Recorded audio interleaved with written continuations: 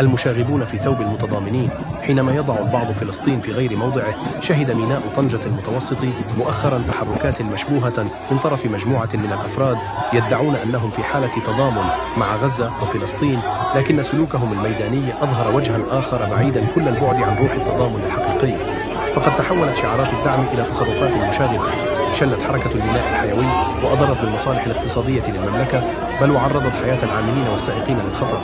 من المؤسف أن يستعمل اسم فلسطين الجرح العربي الذي يوحد الشعوب كغطاء لسلوك عدواني يخدم أجندات شخصية أو حتى خارجية. إن التضامن مع غزة لا يكون بتخريب الممتلكات الوطنية ولا بتعطيل منشآت استراتيجية، بل بالعكس يكون بالدعم الإنساني الحقيقي والتعبئة الواعية والضغط السياسي والدبلوماسي المنظم. هؤلاء المشاغبون الذين اختاروا الفوضى بدل الحكمة أساءوا لفلسطين قبل أن يسيئوا للمغرب. لقد أصبح واضحا أن بعض هذه التحركات لم تكن عفوية، بل جاءت بإعاز من أطراف تستغل العواطف الشعبية لخلق الفوضى وإثارة البلبلة.